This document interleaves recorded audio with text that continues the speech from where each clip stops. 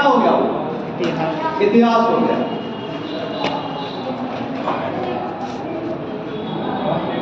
देखिए वैदिक काल हम आपको पढ़ा रहे थे। वैदिक काल कितने भागों में बटा था? दो भागों में। कौन कौन? उत्तर वैदिक और ऋग्वैदिक और उत्तर वैदिक। तो इसका विभाजन किस आधार पर किया गया? सामाजिक आर्थिक। इसका विभाजन किस आधार पर किया गया था? वही तो हम कह रहे हैं कि वैदिक काल का विभाजन किस आधार पर किया गया? सामाजिक आर्थिक। समय के आधार पे। पहले समय 1500 से 1000 ईसा पूर्व के बीच का जो काल है, 1500 से 1000 ईसा पूर्व के बीच का जो काल है वो है ऋग्वैदिक काल।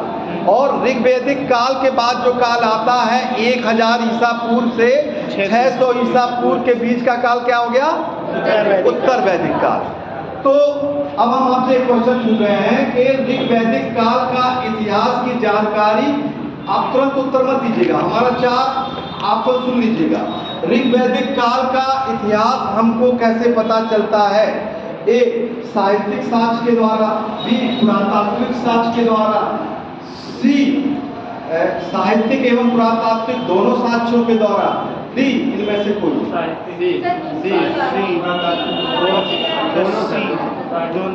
आप क्या कह रहे हैं?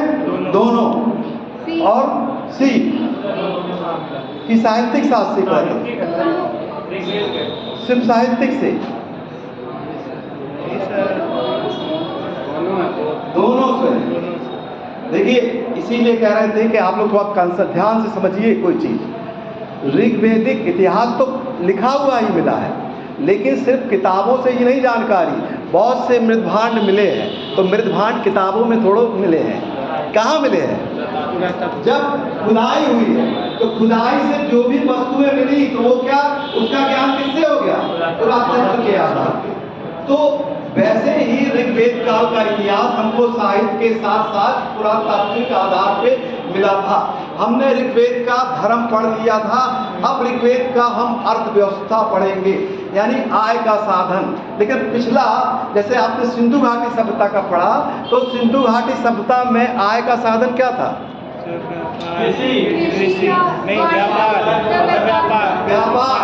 व्यापार था।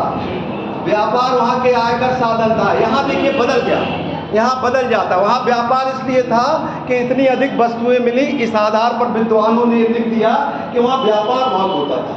लेकिन यहाँ पर अब एक राजा जब राज, हमने कहा ना राजा का यहाँ कॉन्सेप्ट आने लगा। अगर राजा राज करता है तो जनता से पहली बार यहीं पे दिखाई देता है कि वो कर लेना शुरू करता है। आज तो हम लोग बहुत कर देते हैं ना, बहुत सा कर देते हैं, आप सुनते होंगे ना इकोनॉमिक्स में बहुत कर। लेकिन पहली बार इतिहास में कर व्यवस्था की शुरुआत होती है ऋग्वैदिक काल से। ऋग्वेद काल में ही आय का प्रमुख साधन था भूमि कर। आप लोग अर्थव्यवस्था लिख लीजिए। देखिए आय का प्रमुख साधन, आय का प्रमुख साधन, आय का प्रमुख साधन भूमि कर था।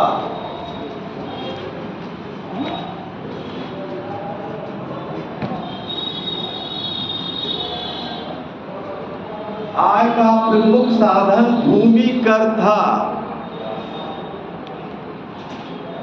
बलि अलग से लिखिएगा, बलि, बलि एक प्रकार से अनाज के रूप में कर दिया जाता था। बलि, बलि, बलि एक प्रकार से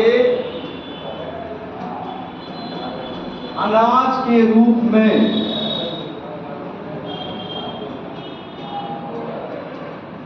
कर दिया जाता था।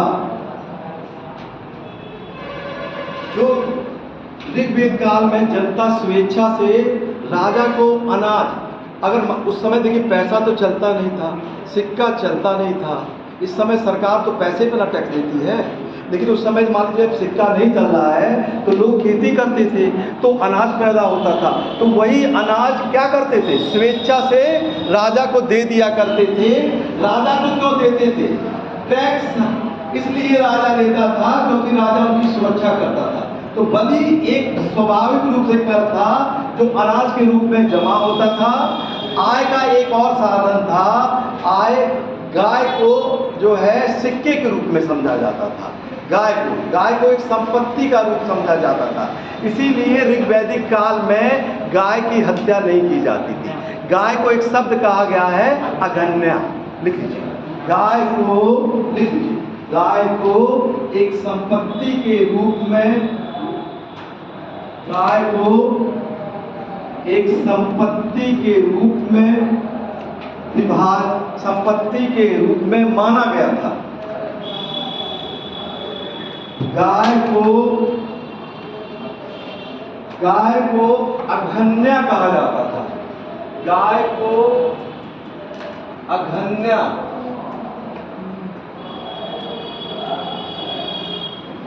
कहा जाता था, यानी ना मानने। तो गाय उस समय देखिए संपत्ति के रूप में पूजा जाता था ऋग्वैदिक काल में।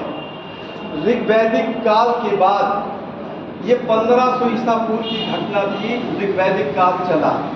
इसके बाद अब आता है दूसरा काल, ऋग्वैदिक के बाद का काल। इतिहास देखिए ये हो गया 1500। उत्तर वैदिक काल, उत्तर वैदिक काल का इतिहास हमको जो मुख्य रूप से साहित्य से पता चलता है, अभी तो हमने आपको एक वेद बताया ऋग्वेद, उसके बाद 3 वेद और लिखे गए, सामवेद, यजुर्वेद और अथर्ववेद। तो ये जो तीनों वेद लिखे गए और तीनों वेद के साथ उनका व्याख्या की गई। ये जो वेद है ये संस्कृत में लिखे गए और बाद में उनकी व्याख्या की गई। इसको समझिएगा, वेद लिखे गए, वेद। एक वेद तो हमने बता दिया आपको ऋग्वेद, दूसरा वेद क्या हो गया? सामवेद, तीसरा यजुर्वेद, चौथा अथर्ववेद। ये अब देखिए उत्तर वैदिक काल में लिखा गया। ये 3 मान लीजिए उत्तर वैदिक काल में ये लिखा गया, लेकिन ये संस्कृत में लिखा गया, सब लोग नहीं समझ सकते थे। तो इसी किताब की व्याख्या की गई। जब इस किताब की व्याख्या की गई तो इस किताब के अलग अलग से व्याख्या के नाम पे किताब लिखी गई, उसको कहा जाता है ब्राह्मण ग्रंथ। ठीक है, तो तीसरा क्या लिखा गया इसी के बाद? दूसरा पॉइंट, ब्राह्मण ग्रंथ। ब्राह्मण ग्रंथ क्या है? अभी आपसे पूछ लिया जाए ब्राह्मण क्या है? वेदों की व्याख्या करने के लिए जो किताब लिखी गई वही क्या है? ब्राह्मण ग्रंथ है। तो किस वेद की व्याख्या की गई? यजुर्वेद, सामवेद, अथर्ववेद, ऋग्वेद, इन चारों वेदों की व्याख्या कर दी गई। मान लीजिए आपकी कोई किताब है, हम उसका ट्रांसलेट सिंपल भाषा में कर देते हैं, तो वो जो सिंपल भाषा में हो गया उसको क्या कहा जाने लगा? क्या कहा जाने लगा? ब्राह्मण ग्रंथ। ठीक है, इसके बाद तीसरा लिखा गया उत्तर वैदिक काल में, ऋषियों ने एक और पुस्तक लिखी जिसका नाम है आर्ण्यक ग्रंथ। आर्ण्यक मतलब होता है जंगल।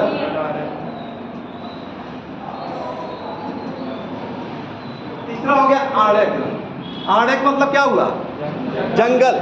अगर उस समय क्या हुआ, ऋषियों ने जंगल में जो पुस्तक लिख दी उसको कहते हैं आर्ण्यक ग्रंथ। अंत में उत्तर वैदिक काल का अंतिम किताब कौन सी है? उपनिषद। उपनिषद, जिसको वेदांत भी कहते हैं, उपनिषद। उत्तर वैदिक काल को लिखते लिखते लगभग 600 ईसा पूर्व के आसपास जो अंतिम किताब लिख दी गई उसको कहते हैं उपनिषद।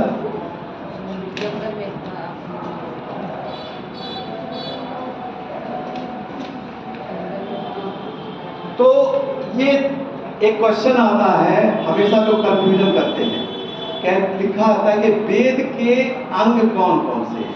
तो आपके देखिए 4 ऑप्शन में, ये हमेशा दिमाग में रखिएगा, 4 चीज है वेद के। एक तो स्वयं पहला क्या हो गया? वेद। दूसरा क्या हो गया? तीसरा क्या हो गया? और चौथा, ये क्वेश्चन हमेशा आएगा, वेदांग के अंग कौन है? ठीक है, तो ये 4 हैं, ये 4 अंग हैं, ठीक है, वेदांग के। उपनिषद अंतिम भाग है, इसलिए उपनिषद क्या को वेदांत भी कहा जाता है। लिख लीजिए, उपनिषद को वेदांत, वेदांत अगर आप उसको संधि में छेद करेंगे ना तो वेदांत लिख लीजिए। उपनिषद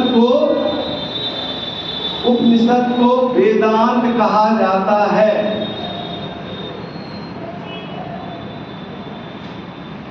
उपनिषद में दार्शनिक व्याख्या की गई है।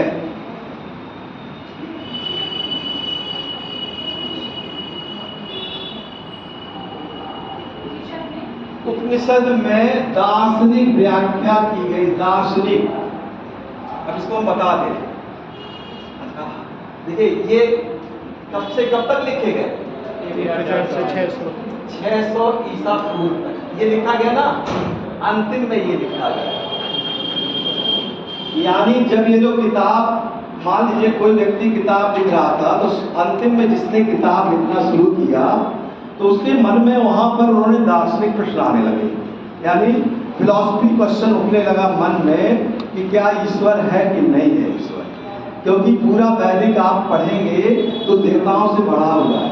हमने बताया था कि ऋग्वेद में अनेक देवता है ना। कल ही हमने आपको बताया है कि 3 तरह के देवता होते थे। एक धरती, यानी धरती के देवता, यानी पृथ्वी के देवता, दूसरे अंतरिक्ष के, तीसरे आकाश के। लेकिन जब ये उपनिषद लिखा जाने लगा तो ये कहा जाने लगा कि इतने ईश्वर होते क्यों। यानी ये प्रश्न आया कि क्या हम जो ईश्वर को मानते हैं कि ये सही है कि नहीं सही। ये जो क्वेश्चन उठाया गया ये उपनिषद में उठाया गया। तो इसीलिए दर्शन की का जो जन्म होता है, अक्सर क्वेश्चन आता है, आपको इंटरव्यू में भी पूछ लेंगे ये चीज कि दर्शन का जन्म, जो आज बाद में फिलॉसफी किताब लिखी गई ना, यानी मानव इतिहास लिखना जब ये शुरू करता था तो उसके बाद पहली लॉजिक आई कि इतने ईश्वर क्यों होते हैं। 33 ईश्वर का तो उल्लेख ऋग्वेद में कर दिया गया, क्यों नहीं एक ईश्वर होता है। ये भी आजकल बड़ा क्वेश्चन होता है ना। तो ये जो क्वेश्चन पहली बार लॉजिकल उठा, ये किस किताब में उठा? उपनिषद में। इसीलिए उपनिषद में ही इस क्वेश्चन का आपस में वार्तालाप करके उत्तर दिया गया। ठीक है, अब हम उत्तर वैदिक काल में जब आते हैं तो हम ऋग वैदिक काल और उत्तर वैदिक काल की अगर तुलना करें तो अब बदलाव आता है। कल हम आपको ऋग वैदिक काल पढ़ा रहे थे, तो ऋग वैदिक काल का सबसे बड़ा प्रशासनिक हिस्सा क्या था? हम ऑप्शन दे रहे हैं, आप ऑप्शन देके बता रहे हैं। राज, कुल, जन, ग्राम। अब हम आपसे पूछ रहे हैं कि ऋग्वेद का सबसे बड़ा प्रशासनिक हिस्सा क्या था?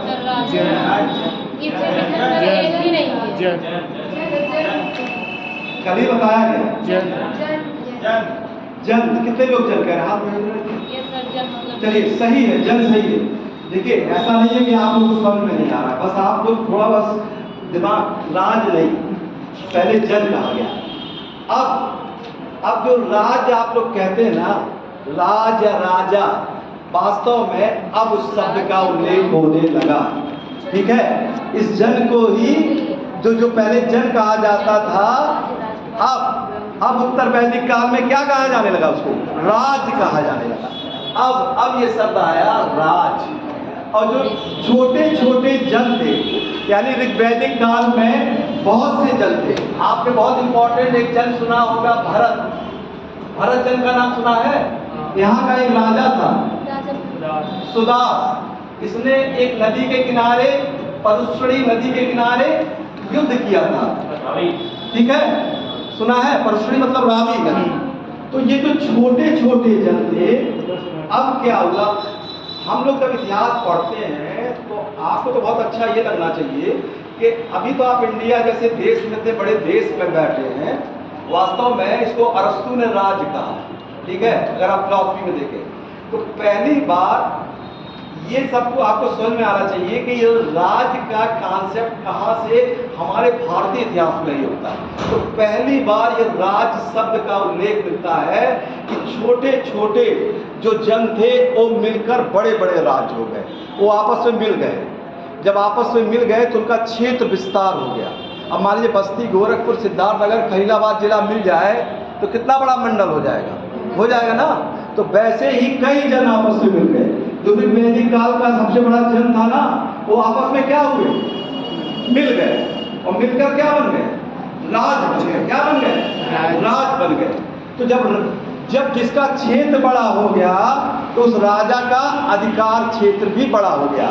तो अब राजा यानी राज्य शब्द यानी राज्य में राजा करने मतलब अपना शासन चलाने लगा, और उसी राज्य में राष्ट्र भी कहने लगे उसको। यानी राजा 4 दिशाओं में उसका अलग अलग नाम होने लगा। मध्य, अगर पूरे क्षेत्र में अगर वो मध्य क्षेत्र में शासन करता था, मध्य क्षेत्र, तो उसको नाम दिया गया था राजा, यानी उसको राजा कहा जाता था। और अगर वो उत्तर में शासन करता था तो उसका नाम था विराट।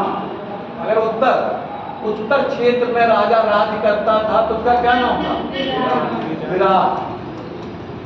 दक्षिण में अगर वो शासन करता था तो उसका नाम था भोज। तो इस प्रकार उत्तर वैदिक काल में राज शब्द का उल्लेख हुआ और राजा बड़े बड़े क्षेत्रों में शासन करने लगा। राजा जब शासन करने लगा तो आज के करीब 3000 साल पहले राजा करते क्या थे, आज की तुलना करिए। आज अगर आप अपने देश में देखिए तो मान लीजिए यहाँ के प्रधानमंत्री ही राजा है, तो भाई उनको लाखों काम है, वो कहीं अमेरिका जा रहे हैं तो कहीं मीटिंग में जा रहे हैं। लेकिन उस समय का क्या कॉन्सेप्ट था, राजा का क्या था, उनको क्या काम करना था, राजा क्या करते? अगर खाली सिंहासन पर एक तो चलिए युद्ध लड़ना था, अपने प्रजा की रक्षा करना था, लेकिन बार बार युद्ध नहीं करते थे। उनके लिए भी कुछ मनोरंजन के साधन बने थे, वो भी अपना प्रचार प्रसार करना चाहते थे। तो राजा के लिए उनके व्यवस्था करने के लिए उन्होंने यज्ञ करना शुरू किया। तो उत्तर वैदिक काल में हमको यज्ञ व्यवस्था की शुरुआत मिलती है कि राजा 3 बड़े बड़े यज्ञ करता था। 3 बड़े बड़े यज्ञ करता था राजा। तो लिख लीजिए, उत्तर वैदिक काल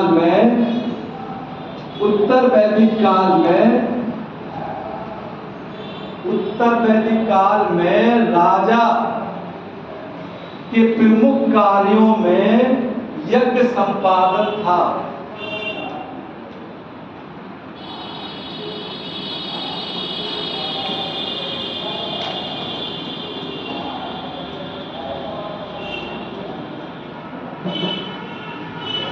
राजसूयुग लिख लीजिए, जब राजा का राज्याभिषेक होता था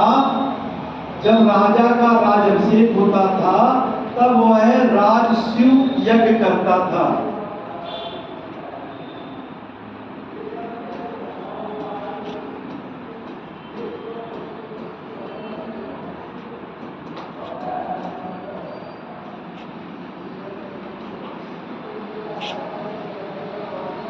दूसरा है अश्वमेध यज्ञ। राजा अपने सीमा विस्तार के लिए और अपने प्रभाव को दर्शाने के लिए अश्वमेध नामक यज्ञ करना शुरू किया।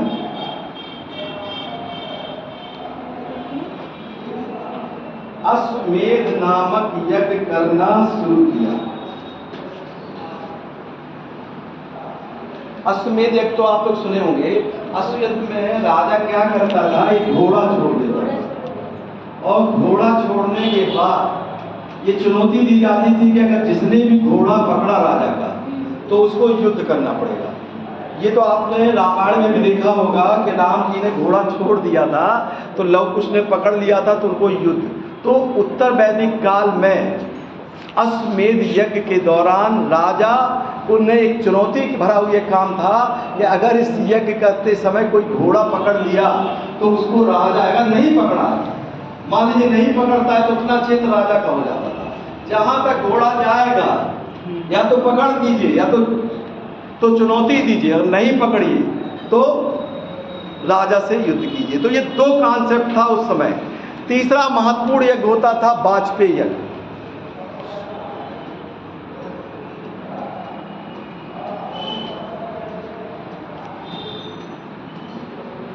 वाजपेयी यज्ञ, वाजपेयी यज्ञ में राजा को रथ दौड़ में शामिल होना पड़ता था।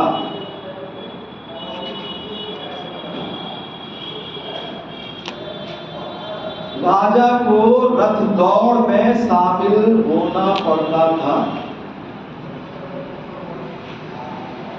ये देखिए रथ दौड़ क्यों? एक परिवार में कई लोग राजा के पद के लिए हो सकते थे, ठीक है, कि राजा बने, लेकिन रथ दौड़ करके उनको जो जीतता था वही राजा बन सकता था।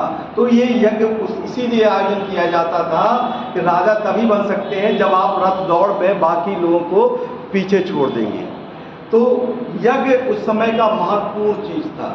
अब राजा चूंकि बड़े क्षेत्र में शासन करने लगा तो राजा की सहायता के लिए एक मंत्री परिषद या अधिकारियों की फौज होने लगी। तो उस समय कई महत्वपूर्ण अधिकारी होते थे, कई महत्वपूर्ण मंत्री होते थे, लेकिन उनको सम्मिलित रूप से एक शब्द नाम दिया गया है रत्दिन। लिख लीजिए। राजा की सहायता के लिए, राजा की सहायता के लिए अधिकारियों का समूह होता था। अधिकारियों का समूह होता था जिसे रत्निन कहा जाता था, जिसे रत्निन कहा जाता था।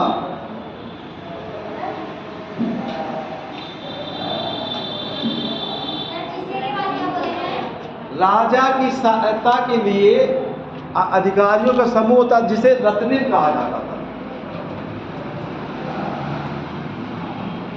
वास्तव में इसमें 12 अधिकारी होते थे।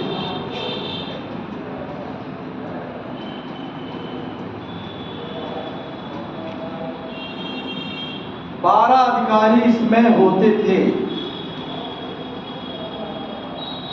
अब देखिए, आज एक चीज और ध्यान रखिए, न्याय अगर राजा था तो न्याय कौन करता था?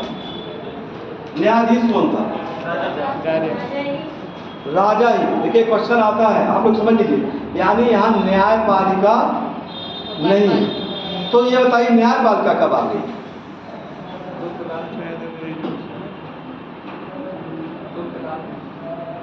गुप्त काल में भी राजा ही न्याय होता था, हैं? बताइए आखिर न्याय, आज तो जैसे 3 प्रकार की व्यवस्था है ना, कार्यपालिका, न्यायपालिका और व्यवस्थापिका, है ना। तो न्यायपालिका यानी न्यायाधीश कहाँ से आ गए? मुगल काल में। कौन? मुगल काल में न्याय कौन करता था? फाइनली न्यायाधीश कौन होता है? काजी। काजी। मुगल काल में भी तो राजा ही न्याय करता था। राजा ही न्याय करता था। मॉडर्न हिस्ट्री में नहीं बताया गया आपको? कॉर्नवालिस का नाम सुना है? कॉर्नवालिस जब भारत में आया था ना, तो उसने कहा कि एक राजा यानी एक डीएम कलेक्टर स्वयं बैठकर अपनी गलती करे और न्यायाधीश स्वयं बने, यानी रेवेन्यू स्वयं देखे और न्यायालय का काम। तो उसने क्या किया? डिवीजन कर दिया। ठीक है, समझ गए आप? इसीलिए कम ही पढ़िए लेकिन समझिए ज़्यादा। जरूरी नहीं है कि आप ज़्यादा कॉन्सेप्ट एक ही शब्द का क्लियर कीजिए, ठीक है, वहाँ पे एक्स्ट्रा क्लास ले लेंगे। लेकिन हमारा अगर हम क्वेश्चन पूछते हैं, अगर आप समझ नहीं पा रहे, इसका मतलब है कि पिछला कॉन्सेप्ट से नहीं पढ़े। जो व्यक्ति कॉन्सेप्ट से नहीं पढ़ेगा वो भूल जाएगा। यहाँ अगर हम चाहें तो आपको बहुत जल्दबाजी से ही पढ़ा सकते हैं, लेकिन आप समझिए इसको। तो यहाँ राजा क्या है? स्वयं न्यायाधीश है। लेकिन जब अंग्रेज आया भारत में ना, तो जब कॉर्नवालिस आया तो उसने पहली बार न्यायालय पृथक्करण कर दिया, जो आज भी है, संविधान में आज भी लिखा है कि न्यायपालिका अलग है। लेकिन यहाँ पर राजा क्या था? स्वयं न्यायाधीश था, ठीक है। बाकी उसके अधिकारी क्या थे? अलग अलग चीज देखते थे। कोई प्रधानमंत्री था, कोई सेनानी था, कोई कर वसूल करता था, ठीक है। जैसे कर वसूल करने वाला अधिकारी अलग था, लेकिन अंतिम में न्याय कौन करता था? राजा स्वयं न्याय करता था। तो यहाँ न्याय का राजा स्वयं था, उसकी सहायता के लिए क्या थे? 12 अधिकारी थे। 12 अधिकारी में कुछ नाम लिखवा दे रहे आपको, जैसे प्रधानमंत्री, जैसे भागदूत मतलब हो गया कर वसूलने वाला मंत्री।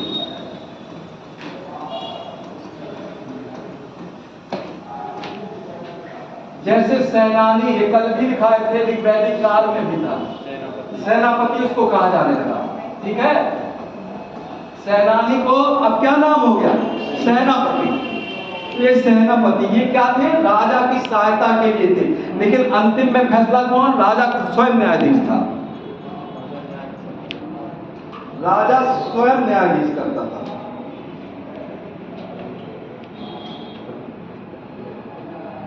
ये हो गया, इसको मिटा दें। अब जो आपका देखिए बहुत कंफ्यूजन होता है, उसको बहुत क्लियर करना जरूरी है।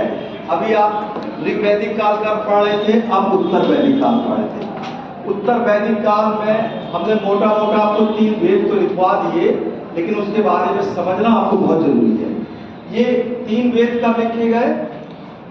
समय बताइए हमको। हम जैसे पढ़ाते हैं तो हम आपसे इसलिए पूछते हैं कि हमको ये पता चले कि आपको मालूम है। हमको कैसे पता चले? 1000 से 600 ये 3 वेद उस समय लिखे गए।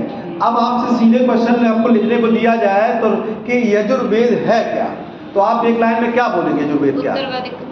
वो ग्रंथ है, लेकिन उसमें है क्या? यज्ञ करते हैं। कैसा यज्ञ? यही ना समझना है। इसको समझ लीजिए। उस समय वेद, यजुर्वेद की एक किताब थी, इस किताब को लिखा है, ये मंत्रों इसमें भी लिखे हैं। इस मंत्र में, यजुर्वेद में क्या लिखा है? इसमें लिखा है कि कैसे सफलता मिले, कैसे कोई काम करेंगे, कर्म कांड कैसे करेंगे, कोई काम कैसे करेंगे। उस समय आज के 3000 साल पहले जो इस किताब को जिसने मंत्र जिसमें लिखा गया था, उसमें आखिर उस 3000 साल पहले राजा ये चाहते थे कि जो ईश्वर है वो प्रकट हो जाए और हमारी मनोकामना पूरी कर दे, यही ना। तो यजुर्वेद में मंत्र दिए गए थे, तो एक यज्ञ होता था, यज्ञ में वो मंत्र पढ़े जाते थे। तो राजा मंत्र कोई पढ़ता रहा होगा, जो पुरोहित इस मंत्र को पढ़ता था उसका नाम दिया गया है, उसको कहा जाता था अधर्व्यू। कौन क्या कहा जाता था? अधर्व्यू। यजुर्वेद के मंत्र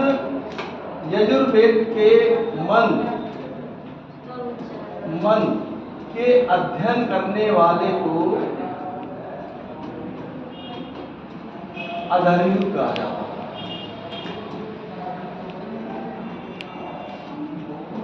अधर्व्यू। यजुर्वेद के जो मंत्र हैं उसको पढ़ने वाला जो पुरोहित होता था वो अधर्व्यू। इसी में यजुर्वेद में ही कर्म कांड दिया गया है। कर्म कांड का मतलब ये है कि आप इस तरीके से कपड़े पहन लीजिए, इस तरीके से आप जो है पूजा करिए तो आपकी मनोकामना पूरी हो जाएगी। आज भी हम लोग देखिए कहीं ना कहीं जो कर्म कांड करते हैं वो इसी की देन है। सुबह सुबह निकलते हैं, देखिए हम ही मान लीजिए ये पहने हैं हाथ में, या आप लोग भी पहने होंगे, तो ये किसकी देन है? ये किस किताब में लिखा है? यजुर्वेद में। ये कर्म कांड का जन्म कहाँ से हो गया? यजुर्वेद में।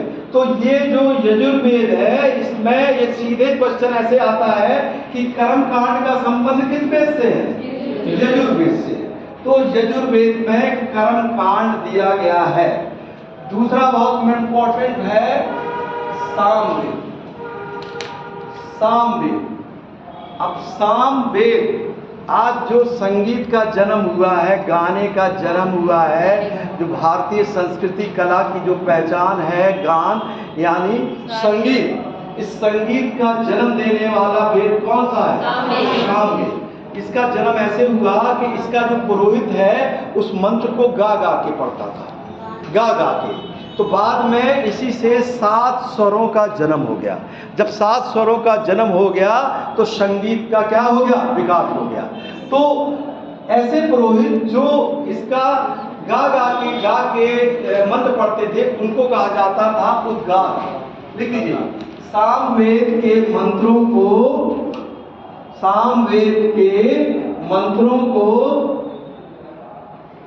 पढ़ने वाले पुरोहित को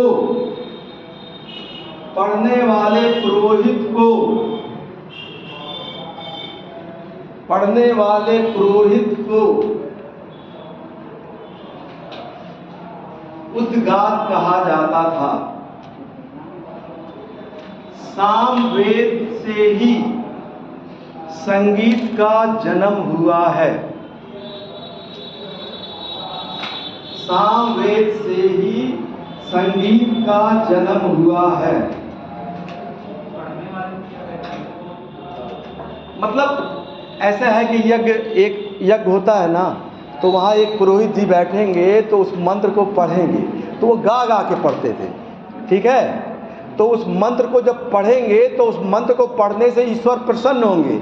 आज तो ईश्वर नहीं आएंगे, लेकिन उस जमाने में ईश्वर प्रकट होते थे, ये भी मान लीजिए आप। उन्होंने लिखा है, तभी तो वैदिक मंत्रों को क्या कहा गया? नित्य कहा गया है। तभी तो कहा गया है कि ये किसी मनुष्य की रचना नहीं है, ठीक है। ये जो मंत्र है ये तो बाद में लिख दिया गया, लेकिन ये मंत्र तो सदियों से चले आ रहे हैं। ये कब लिखा गया? 1500 ईसा पूर्व के आसपास। तभी तो एक किताब बन गई। कौन सी किताब बन गई?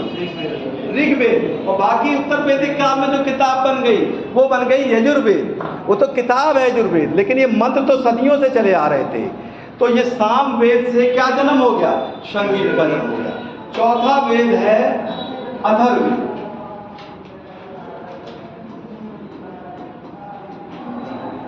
अथर्ववेद लिख लीजिए, अथर्ववेद के मंत्रों को पढ़ने वाले पुरोहित को, अथर्ववेद के मंत्रों को पढ़ने वाले पुरोहित को ब्रह्मा कहा जाता है। अथर्ववेद के मंत्रों को पढ़ने वाले पुरोहित को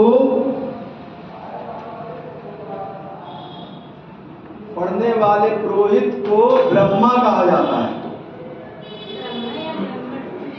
ब्रह्मा ब्राह्मण नहीं, ब्राह्मण क्या है? ब्राह्मण का जिसको ब्रह्म का ज्ञान है उसको ब्राह्मण कहा जाता है, ठीक है। ब्राह्मण कोई जाति नहीं थी उस समय। अब जाति बना दिया गया, मनुष्य ने जाति बना दिया, ठीक है।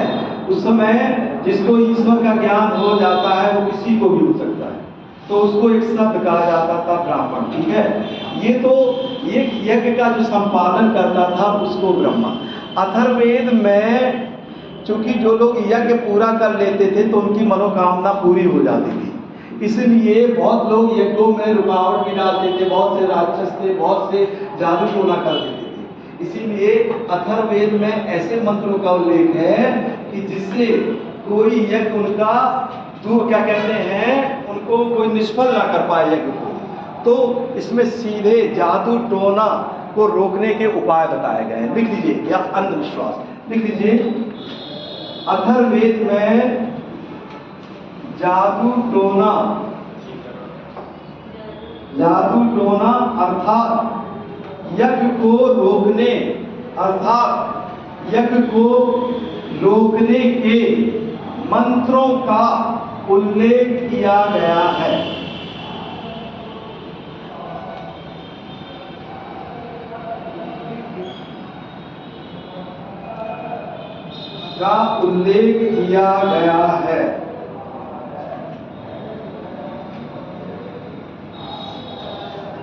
अथर्ववेद चारों वेदों में सबसे लोकप्रिय वेद है।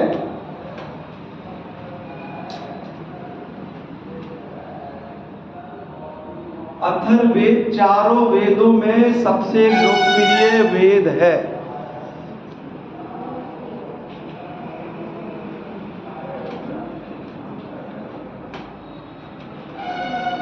अथर्ववेद का पुरोहित अर्थात ब्रह्मा यज्ञों का निरीक्षण करता था।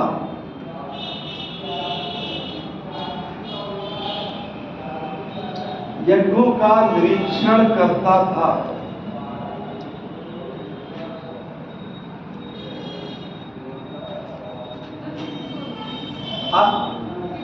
अथर्ववेद का पुरोहित अर्थात ब्रह्मा यज्ञों का निरीक्षण करता था। यानी जो भी यज्ञ होते थे उसके निरीक्षण का कार्य किसको दिया गया था? ब्रह्मा को, जो कि किसका पुरोहित था? अथर्ववेद का। तो ये क्वेश्चन कई बार आ चुका है, ठीक है, ये क्वेश्चन आया है कई बार कि ऐसे घुमा के पूछते हैं कि यज्ञों का निरीक्षण करने वाला पुरोहित को क्या कहते हैं? ए उद्गार, बी अथर्वयु, सी ब्रह्मा, ठीक है। तो इस तरीके से क्वेश्चन आता है। तो अथर्ववेद का जो भी पुरोहित था वो यज्ञों का निरीक्षण करता था। अब हम आते हैं उत्तर वैदिक काल के सामाजिक जीवन में। ऋग्वैदिक काल यानी इसके पहले और उत्तर वैदिक काल के समाज में क्या अंतर है? उत्तर वैदिक काल में स्त्रियों का सम्मान था कि नहीं था? ऋग्वैदिक काल था ना, उनको सम्मान था, पर्दा प्रथा नहीं थी, वो पढ़ी लिखी होती थी, उनको सारे लगभग अधिकार थे। एक अधिकार नहीं था, संपत्ति का अधिकार ना छोड़कर लगभग सभी अधिकार दिए गए थे। लेकिन उत्तर वैदिक काल में आते आते स्त्रियों के सम्मान में हमको गिरावट मिलती है। और ये गिरावट जो है वो इसलिए दिखाई देती है कि एक मंत्र है, एक जगह उल्लेख है जिसमें एक दो संवाद होता है गार्गी और याज्ञवल्क्य का, और ये संवाद हमको मिलता है एक उपनिषद में जिसका नाम है बृहदारण्यक उपनिषद। तो आप लिख लीजिए सामाजिक व्यवस्था।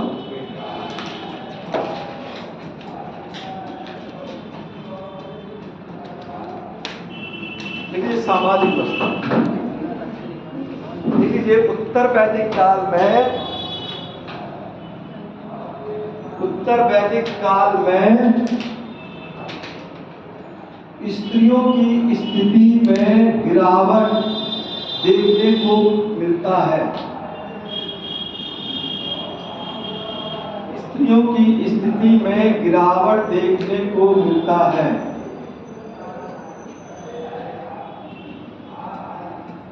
बृहदारण्यक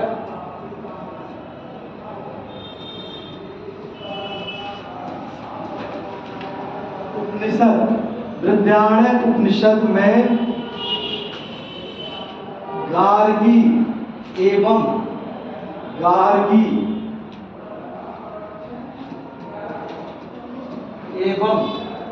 याज्ञवल्क्य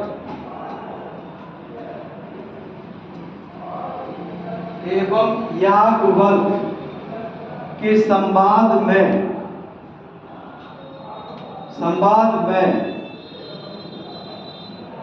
ऐसा समझा जा सकता है, ऐसा समझा जा सकता है।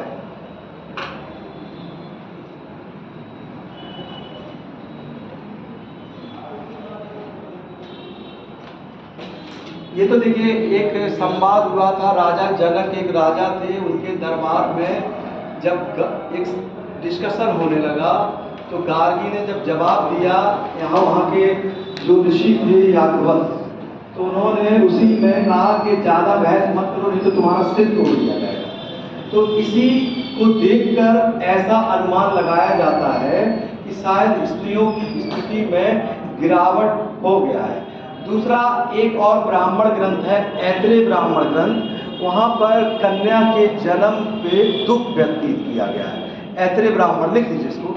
ऐत्रेय ब्राह्मण में कन्या के जन्म में, ऐत्रेय ब्राह्मण में कन्या के जन्म में दुख प्रकट किया गया है।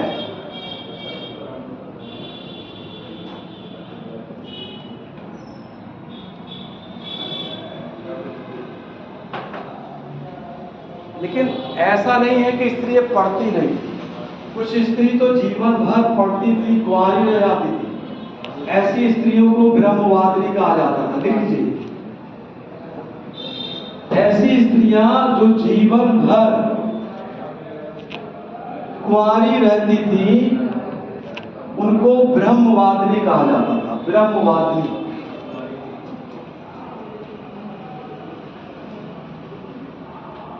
ब्रह्मवादिनी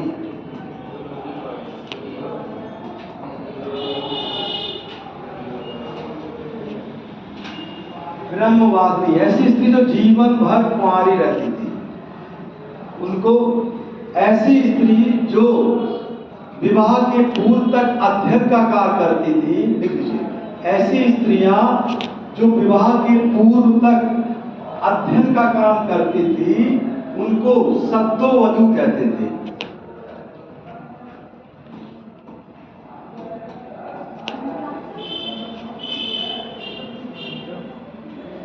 जो जिनके विवाह तक वो अपना पढ़ती रहती थी, अध्ययन करती थी, उनको सद्योवधू कहा जाता था।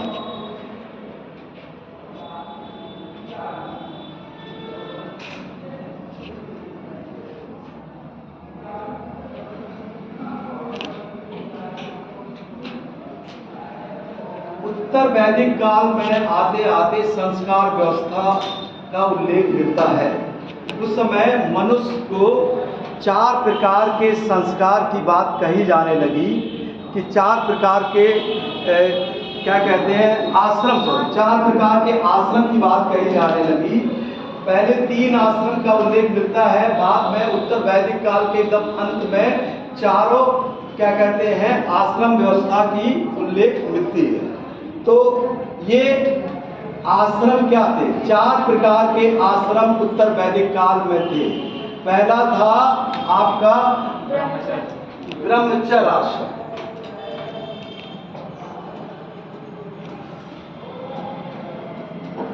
लिख लीजिए, आश्रम व्यवस्था पहला क्या है? ब्रह्मचर्य।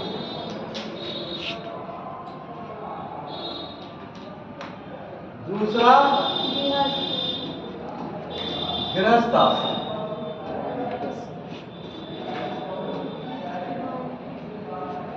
तीसरा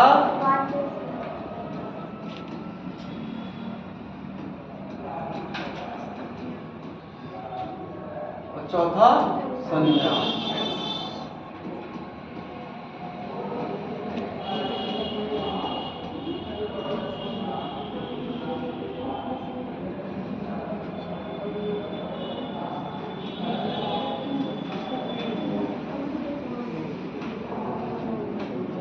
देखिए, ये 4 प्रकार के आश्रम की कल्पना उस समय करी। ये आश्रम है क्या? अभी आपसे पूछ दिया जाए, इंटरव्यू पूछे कि आश्रम क्या है। देखिए, पढ़िए तो ठीक है, लेकिन उसका समझिए, कॉन्सेप्ट समझिए। आश्रम व्यवस्था क्यों बनाया गया उस समय? इस समय आश्रम का कॉन्सेप्ट इस समय समझते हैं ना, जो आपके IAS का एग्जाम देते हैं ना, तो उसका एक लिमिट है कि आप इतने ही साल तक काम कर सकते हैं। ठीक है, आदमी का एक वर्किंग टाइम है कि आप 25 साल तक ही काम कर सकते हैं, है ना। ये सब क्या है? ये टाइम बॉन्ड क्या है? सबका टाइम बॉन्ड क्या है? हाई स्कूल तक इतने साल तक पढ़ना चाहिए, ग्रेजुएशन इतने साल तक होना चाहिए। टाइम बॉन्ड क्या है वही चीज। लेकिन पुरानी व्यवस्था और आज की व्यवस्था में थोड़ा डिफरेंस है। उन्होंने भी अपने जीवन को बताया कि ऐसा नहीं कि हर काम व्यक्ति 60 साल तक फार्म भरे, 20 साल तक सब चीज। जीवन का भी एक मतलब होता है कि आपको हमेशा एक काम एक समय तक ही करना है, एक सीमा है ना जीवन की। तो वैसे ही इस जीवन को संयमित करने के लिए आश्रम व्यवस्था की व्यवस्था की गई, जिसमें पहला है क्या है? ब्रह्मचर्य। ये ब्रह्मचर्य 25 वर्ष तक, 25 वर्ष तक, यानी एक मनुष्य की जो आयु समय 100 वर्ष मानी गई, उसमें ये कहा गया है कि 25 वर्ष तक ही आप ब्रह्मचर्य का पालन करेंगे। यानी इसी 25 वर्ष में आपकी पढ़ाई लिखाई सब हो जाएगी। ठीक है, अब आज ऐसा नहीं हो सकता है, आज और तब में अंतर है। ठीक है, तो 25 वर्ष में ब्रह्मचर्य का पालन करना था और इसी ब्रह्मचर्य में शिक्षा भी ग्रहण करनी थी। 25 से 50 वर्ष,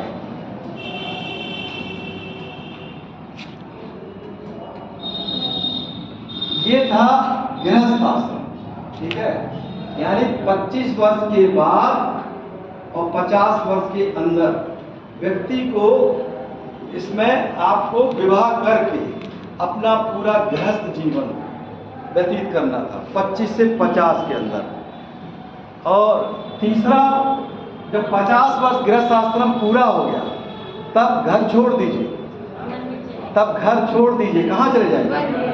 हाँ देखिए, 5 प्लस मतलब होता है 1, ये 1 यानी 50 से 75 वर्ष 1।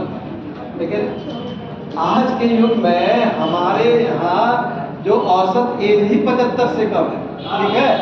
औसत एज कितना है? 60 साल, तो 67.5, ठीक है। तो जहाँ उस काल में आज के 3500 साल पहले उस समय वानप्रस्थ की जो कल्पना की गई थी वो 75, यानी घर को छोड़कर जंगल में चले जाएंगे और जंगल में चले होके यहाँ भी अपनी दार्शनिकता को लेके आप वहाँ जाइए, पुस्तक पढ़िए, लेकिन घर से मतलब मोह माया ममता से नहीं मतलब है, छोड़ दीजिए। अंतिम में आप ईश्वर में लीन हो जाइए, जो अंतिम होता है, अंतिम में ईश्वर में लीन हो जाइए। और लीन होने के बाद जो उनका समय होगा वो क्या होगा? 75 से 100 वर्ष, यानी 75 से 100 साल के बीच में ये आपका संन्यास आश्रम, इसमें आप ईश्वर में अपने लीन हो जाइए और आपका जीवन 100 वर्ष तक चलेगा। तो उस समय उत्तर वैदिक काल में ये 4 आश्रम की व्यवस्था की गई थी। अब आप बताइए कि 4 आश्रम में सबसे अच्छा आश्रम किसको माना जाता है? ब्रह्मचर्य। किसको? गृहस्थ को। क्यों? नहीं, आपके लिए नहीं है, पर्सनली बात नहीं हो रही है कि आपका लिए गृहस्थ है। आखिर एक गृहस्थ क्यों माना जाता है, यही तो जानने की बात है। आखिर कोई लॉजिक है इसके पीछे? सारे माँ बाप की सेवा, बाल बच्चों की सेवा, आप सही कह रहे हैं। देखिए, एक गृहस्थ आश्रम में देखिए आप ये समझिए, ये सीधा कॉन्सेप्ट है कि ब्रह्मचर्य में जब आप पढ़ते हैं ब्रह्मचर्य, ठीक है, तो आप अध्ययन कर रहे हैं, आपकी जो रिस्पॉन्सिबिलिटी है आपको सर्विस के लिए और आपकी एजुकेशन के लिए, 2 ही चीज़ चल रही है ना। बाकी जिम्मेदारी आपकी कौन उठा रहा है? गार्जियन आपकी ना। उनको ये चिंता है कि आपकी कोचिंग फीस बढ़ना है, आपकी पढ़ाई लिखाई, बुक्स, ये किसको टेंशन है? गार्जियन। तो गृहस्थ आश्रम जो गार्जियन है, यानी उनको माँ अपने बच्चों को, पत्नी को, खासकर इसी दौरान उनके माता पिता को भी देखना है। तो इसीलिए सारे चारों आश्रम व्यवस्था में गृहस्थ आश्रम को सबसे अच्छा बनाया है, ठीक है। बाकी छोड़ के आप चले जाइए, किसी से मतलब नहीं रखिए, तो कोई जिम्मेदारी चीज नहीं है। लेकिन जिम्मेदारी वाला सारा निर्वहन का कार्य गृहस्थ आश्रम है। इसीलिए उत्तर वैदिक काल में गृहस्थ आश्रम को सर्वाधिक श्रेष्ठ आश्रम माना गया है, ठीक है। तो 4 प्रकार के ये आश्रम थे। इसी आश्रम का पालन करते हुए मनुष्य को 3 प्रकार का ऋण भी कीमत चुकानी पड़ती थी। इसी गृहस्थ आश्रम में 3 प्रकार के ऋण थे। कौन कौन सा?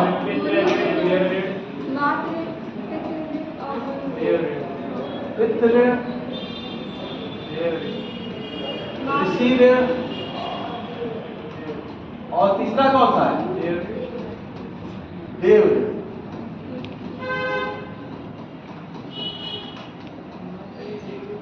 पितृ ऋण, ऋषि ऋण, देव ऋण। देखिए, पितृ ऋण यानी क्या कहते हैं? पुत्र प्राप्ति, ये पितृ ऋण में पूरा होगा। ऋषि ऋण मतलब जो ऋषि मुनि हैं, जो आपके पुरोहित हैं, जो आपके गुरु हैं, उनका सम्मान करिए, तो ये ऋषि बन के आ जाएगा। इसको समझ लीजिए आप। और तीसरा 3 प्रकार के ऋण होते हैं, अक्सर क्वेश्चन आता है, पितृ ऋण, ऋषि ऋण और देव ऋण। ये गृहस्थ आश्रम के अंतर्गत करना है, ठीक है। पितृ ऋण, ऋषि ऋण और देव ऋण। अच्छा सर जी, मातृ ऋण को तो सबसे बड़ा ऋण माना गया, लेकिन तो इसे क्यों नहीं जोड़ा? क्या चीज़? मात्र दरअसल क्या है कि ये आपका जो ये बताया गया है वो अनुवांशिक रूप से मतलब है कि अगर कोई विवाह नहीं करेगा तो वो पितृ ऋण पूरा नहीं हो पाएगा। ये अनुवांशिक से मतलब है पितृ ऋण। वास्तव में मातृ ऋण तो बहुत बड़ा है, इससे भी ऊपर है। ठीक है, ये तो 3 ऋण का मतलब होता है कि पितृ ऋण मतलब कि जब आप व्यक्ति विवाह ही नहीं करेगा, ठीक है, तो उसकी अनुवांशिकता मतलब चलेगी नहीं, तो इसलिए इसको पितृ ऋण कहा गया है। और मातृ ऋण तो इसमें मातृ ऋण नहीं शामिल है, मातृ ऋण वैसे ही सबसे बड़ा है। ठीक है, मातृ का तो उसका तो कोई कर्जा ही नहीं उतार पाएगा। तो ये 3 प्रकार का उस समय ऋण था। ठीक है, चलिए, तो ये सामाजिक व्यवस्था जो उनकी हो गई उस समय की उत्तर वैदिक काल में। लेकिन फिर भी स्त्रियों को उस समय, स्त्रियों का हमने कहा कि सम्मान उनका गिरता गया स्त्रियों का, और पुरुष का सम्मान उत्तर वैदिक काल में बढ़ गया, पुरुष का ज़्यादा सम्मान बढ़ा और स्त्रियों का सम्मान थोड़ा उनको क्या कहते हैं गिरा है। लेकिन फिर भी कुछ महत्वपूर्ण स्त्रियां उस समय भी थी, जैसे गार्गी, लिख लीजिए, उत्तर वैदिक काल में महत्वपूर्ण स्त्रियों का प्रभाव था, जिनमें गार्गी,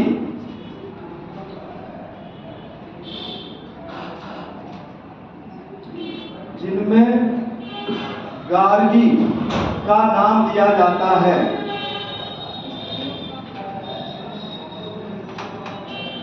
जिनमें गार्गी का नाम लिया जाता है।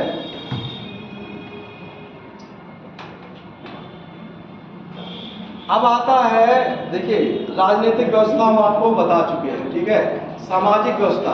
अब आता है तीसरी चीज आती है इनकम ऑफ सोर्स, आय का साधन। आपको देखिए क्वेश्चन जब आप देखिए कंसेप्ट तभी क्लियर होगा जब आप पिछला भी याद रखे रहेंगे। अब हम जब से मान लीजिए यहाँ की अर्थव्यवस्था लिखते हैं, ठीक है, यहाँ की, और हम लिखते हैं ऋग्वैदिक काल की व्यवस्था। मान लीजिए यहाँ भूमिकर यहाँ था, तो अर्थव्यवस्था उत्तर वैदिक काल में। यहाँ का भी आय का साधन क्या हुआ? भूमिकर ही हुआ। यहाँ भी भूमिकर ही हुआ, ठीक है। वहाँ भूमिकर ऋग्वैदिक काल में था। ऋग्वैदिक काल में पशुपालन भी था, क्योंकि हमने गाय का भी उल्लेख किया है कि गाय को कन्या कहा जाता था। लेकिन उत्तर वैदिक काल में आप देखेंगे तो भूमिकर भी, लिख लीजिए, उत्तर वैदिक काल में भूमिकर आय का प्रमुख साधन था।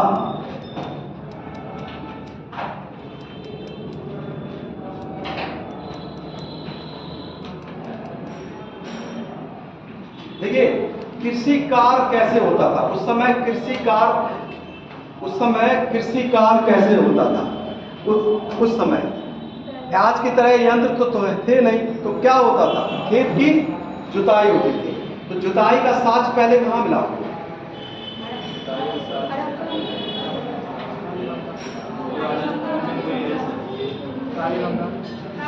कालीबंगा। किसने हाथ उठाइए, किसने कहा कालीबंगा? जी, देखिए वो हमें लग रहा क्लास नहीं ली थी, आप लोग को बताए थे ना। ऐसे ही आप, जैसे हमें लग रहा है इतिहास का पन्ना पलट रहा है, वैसे कंफ्यूज मत होइए। ऐसे ही पिछला जुताई का साज हमने लिखवाया है, कालीबंगा में मिला था ना, वो तो साज मिला था, पुरातात्विक साज। लेकिन यहाँ पर लिखा हुआ है कि हल से बैलों के बारे में लिखा है कि 6, 8, 16 यहाँ तक कि 32 जोड़ी बैलों से सिंचाई होती थी, खेती की सिंचाई होती थी। लिख लीजिए, उत्तर वैदिक काल में 6, 8, 16, 32 तक बैलों का प्रयोग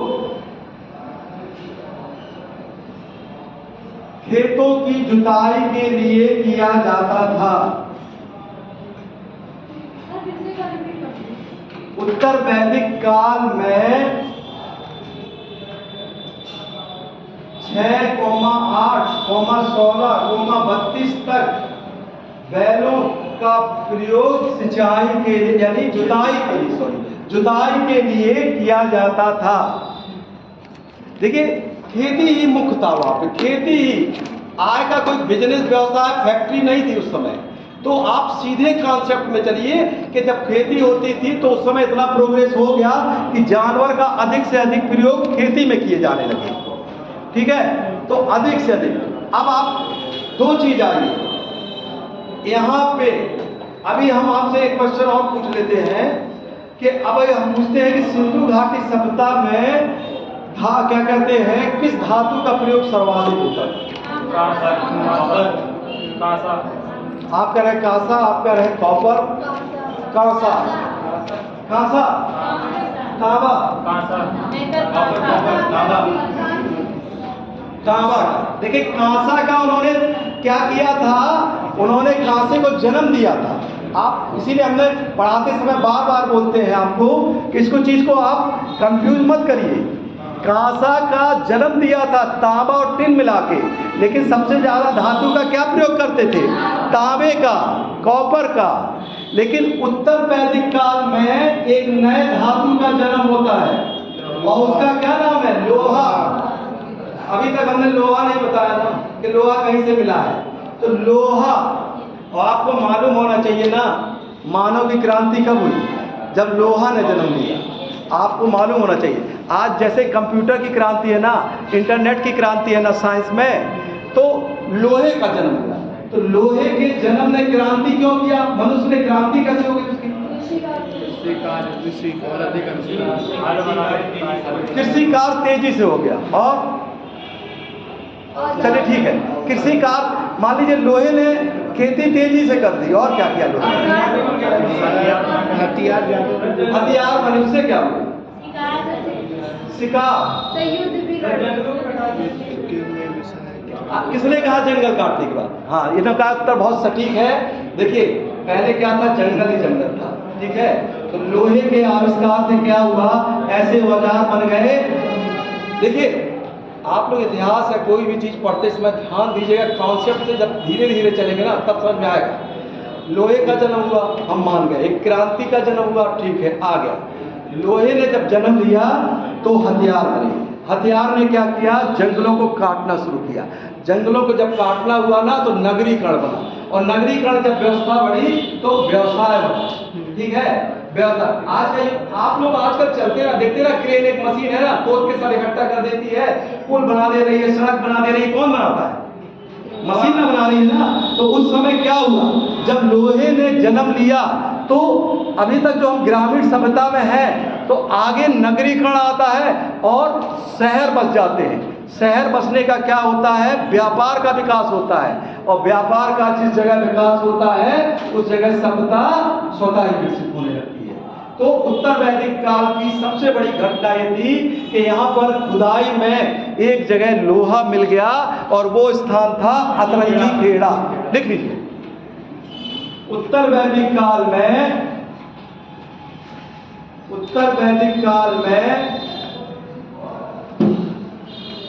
अतरंगी खेड़ा नामक स्थान से अतरंजी नामक खेड़ा स्थान से लोहे की जानकारी प्राप्त होती है।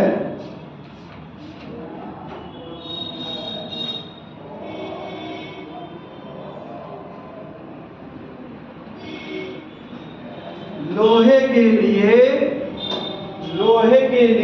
उत्तर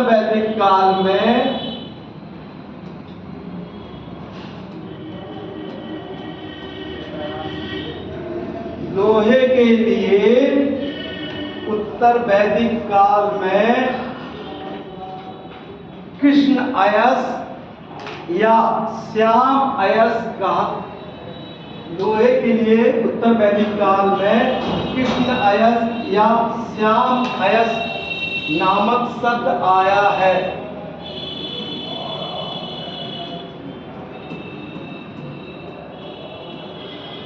श्याम अयस शब्द आया है।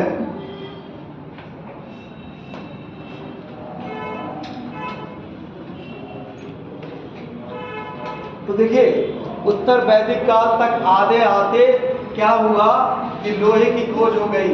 अब इस लोहे की खोज ने जब उत्तर वैदिक काल 600 ईस्वी पूर्व तक रहता है, 600 ईस्वी पूर्व पे ही हमारा दूसरा नगरीकरण होता है, ठीक है, द्वितीय नगरीकरण। प्रथम नगरीकरण कौन था? हड़प्पा सभ्यता। देखिए नगरीकरण प्रथम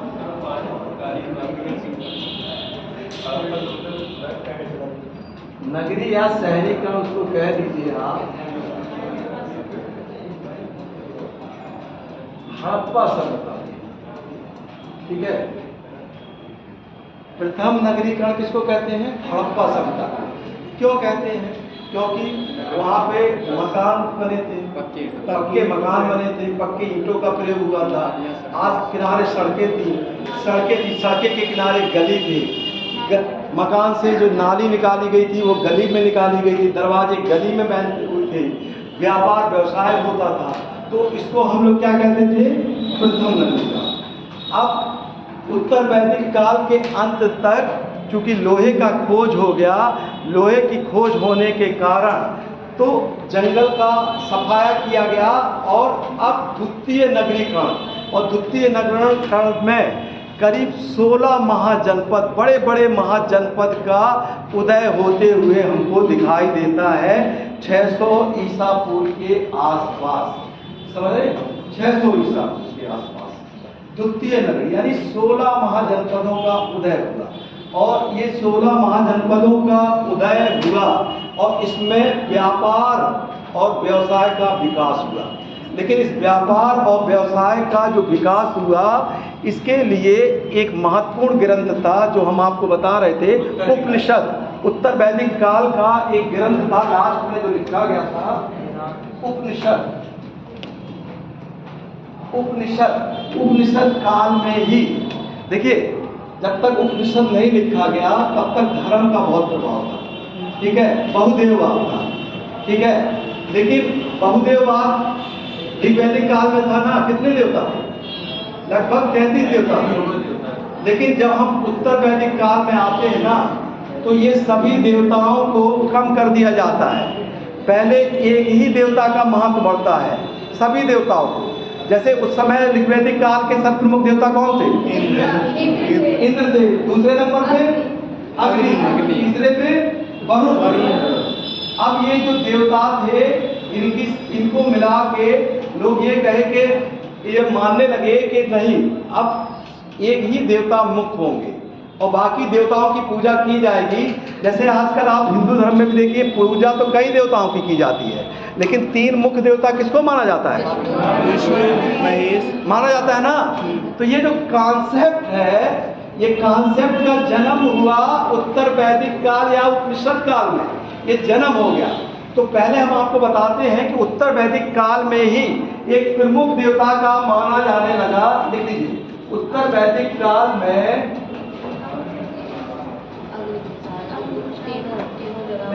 एक प्रमुख देवता प्रजापति, एक प्रमुख देवता प्रजापति को माना जाने लगा। हमने प्रमुख कहा है, ध्यान से लिखिएगा। एक प्रमुख देवता प्रजापति को माना जाने लगा।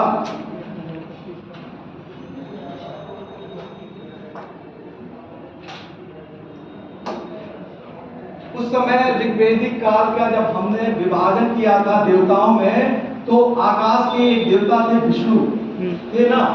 इसी प्रकार एक देवता और थे रुद्र, रुद्र देवता थे, वहां क्रोधित देवता थे। तो रुद्र की कल्पना इस काल में शिव के रूप में की जाने लगी। उत्तर वैदिक काल में, लिख लीजिए, उत्तर वैदिक काल में रुद्र को शिव के रूप में पूजा जाने लगा। उत्तर वैदिक काल में रुद्र को शिव के रूप में पूजा जाने लगा।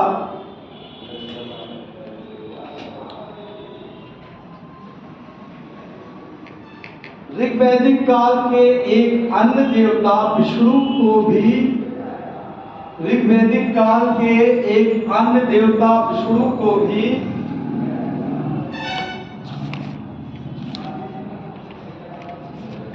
ऋग्वैदिक काल के एक अन्य देवता विष्णु को भी उत्तर वैदिक काल में प्रधानता मिल गई।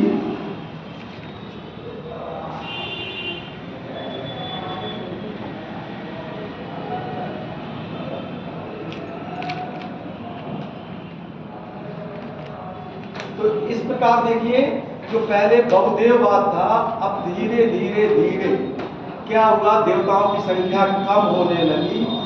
आगे दो प्रकार था।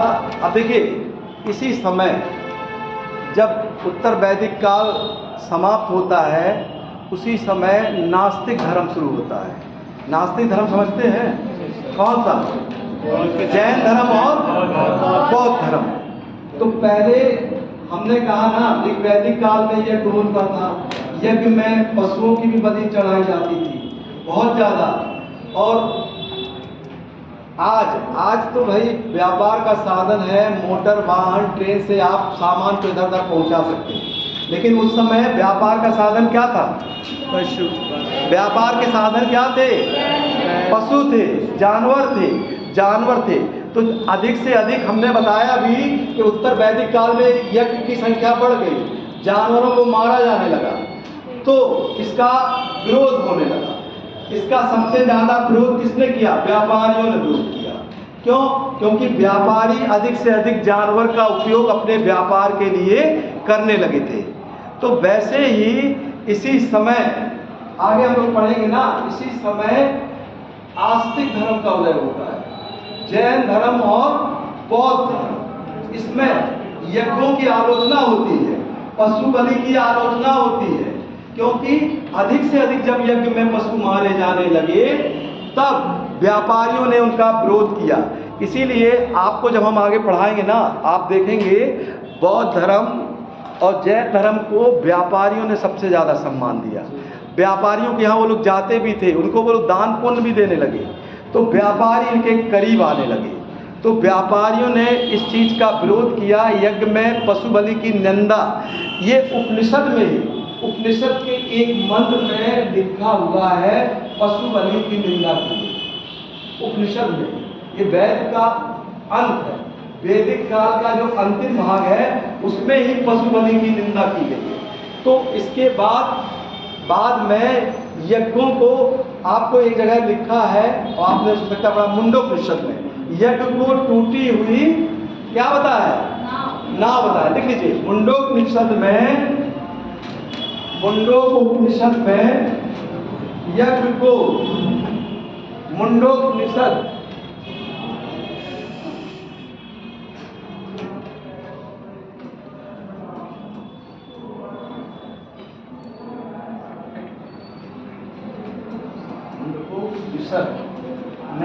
यज्ञ को टूटी हुई ना बताया गया,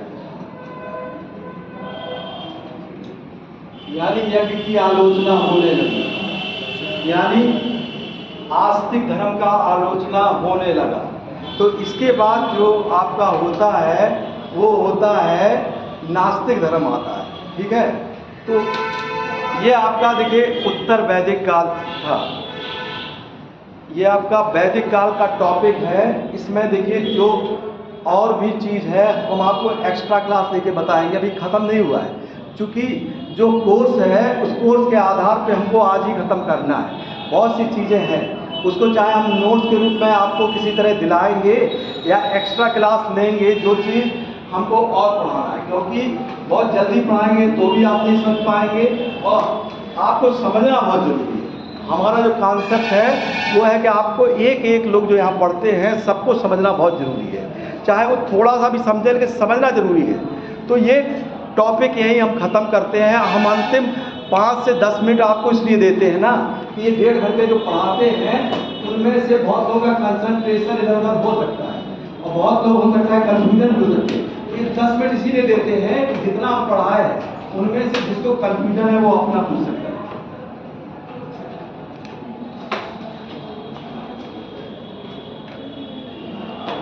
आपको लगता है सिंधु घाटी पढ़ा दिए और वैदिक सप्ताह पढ़ा दिए, तो किसी को ऐसा लगता है घर पे जरूर पढ़ा कीजिए।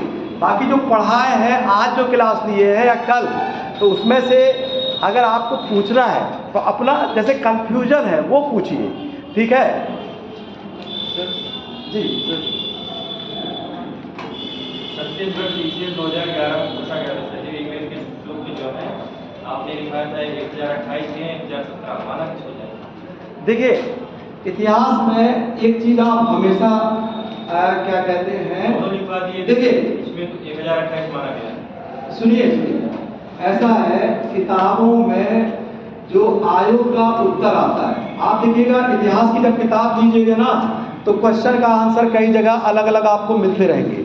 हमेशा ध्यान रखिएगा, छत्तीसगढ़ हो या उत्तर प्रदेश हो या बिहार हो, जो आयोग जहाँ का आंसर दे रहा है वो उस राज्य का आंसर माना जाएगा।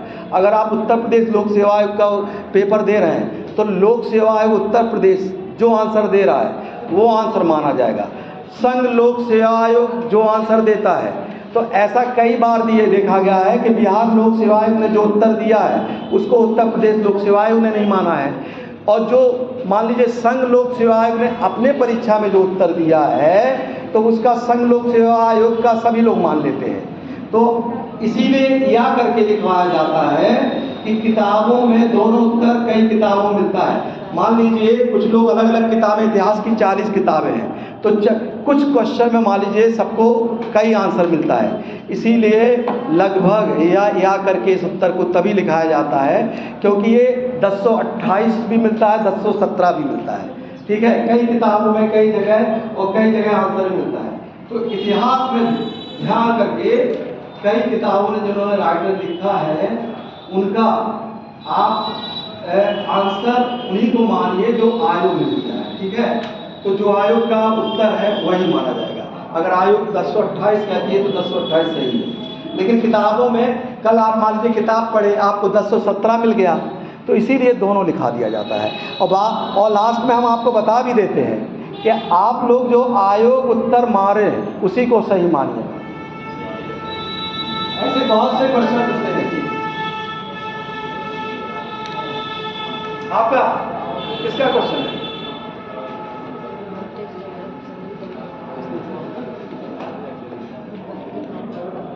उत्तर वैदिक काल में सर जो मतलब व्यापार होता है क्या सर, मतलब वो मतलब जल रास्ते से भी व्यापार होता? देखिए इनका बहुत अच्छा क्वेश्चन है कि हम इसको लिख देते हैं।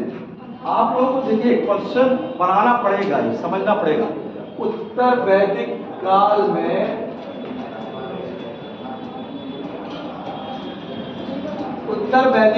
में व्यापार क्या जल मार्ग से होता था?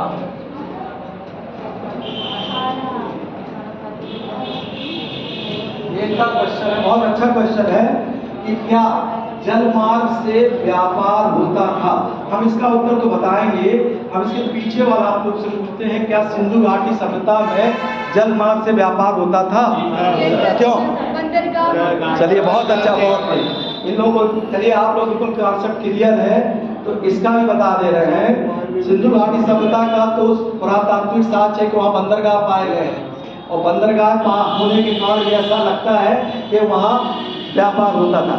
यहाँ भी एक मंत्र में एक जहाज का उल्लेख मिलता है, भृगु नामक एक राजा का उल्लेख मिलता है, जो उसमें लिखा है कि भृगु नामक एक राजकुमार थे जिन्होंने 100 पतवारों वाले जहाज का निर्माण करवाया था। तो इसी मंत्र के आधार पर ऐसा माना जाता है कि जल व्यापार भी होता था। इसलिए अगर ये क्वेश्चन IAS या PCS से कहीं भी आ जाए कि ऑप्शन में, तो आपको सही करना पड़ेगा क्योंकि ये मंत्र में उल्लेख है। तो ये व्यापार होता था, जल के साथ भी होता था, स्थल में होता ही था, जल के साथ होता था, जल के में भी व्यापार होता था। और कोई?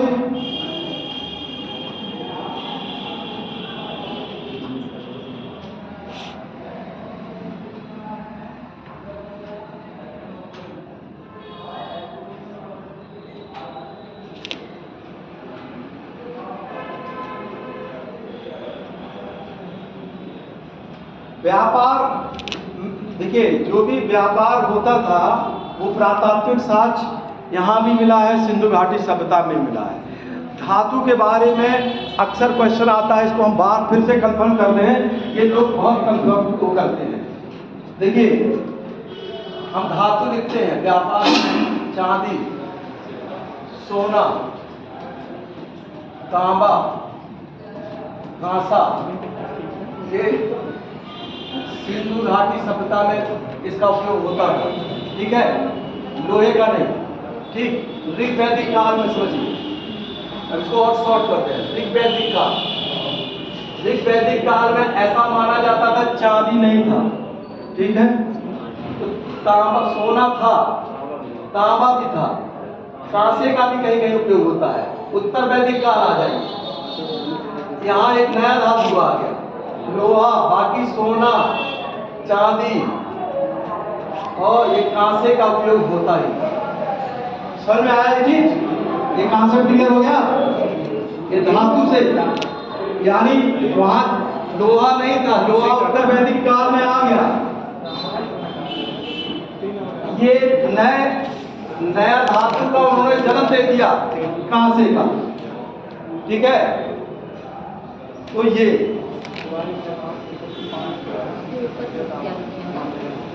और किसी का क्वेश्चन वो नहीं है? वैदिक काल में गायों की तत्वता की व्याख्या की जाती है। गायों की प्राथमिकता की जाती है। गायों को इतना ज्यादा प्राथमिकता क्यों दी जाने लगी? इनका कहने का मतलब ये वैदिक काल।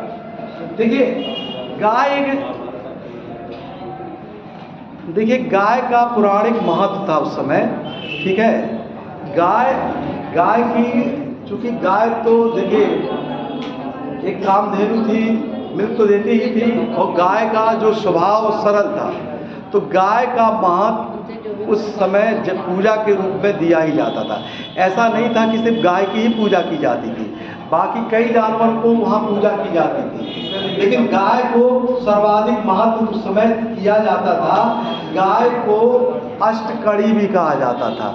गाय के कान में 8 छेद किए जाते थे। इसको नोट कर लीजिए।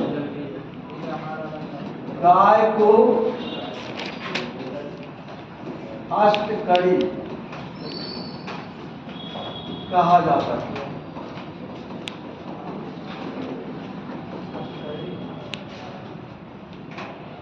गाय को अष्टकड़ी कहा जाता था।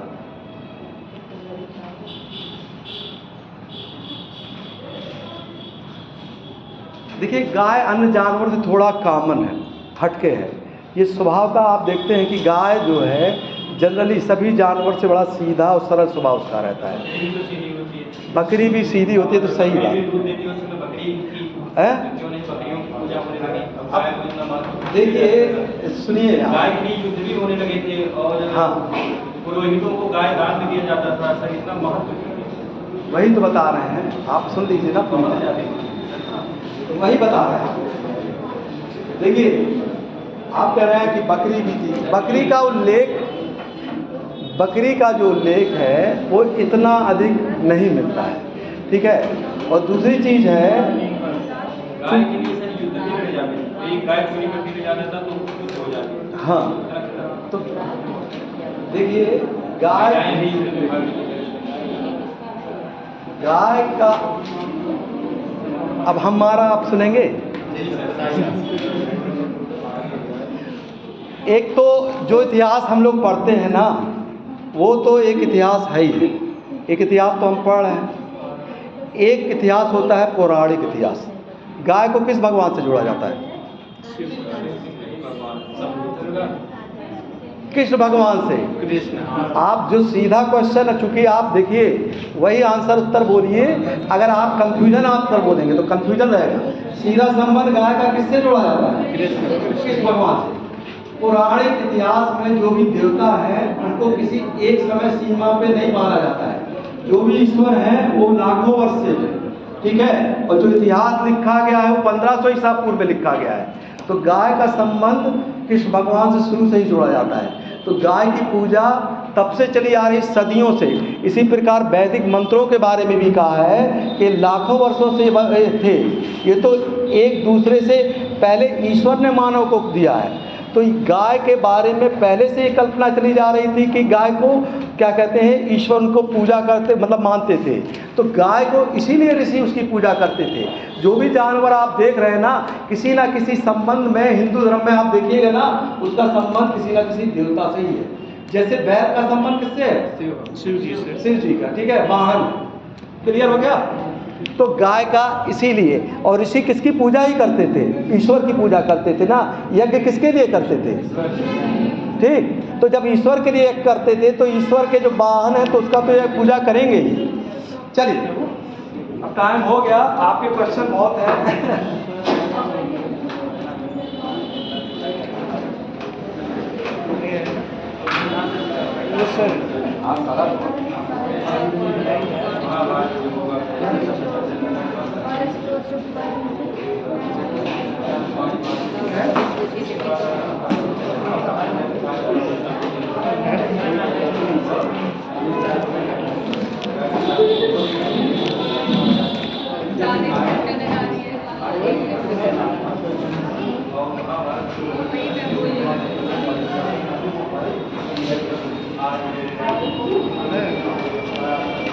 बैठिए बैठिए बैठिए।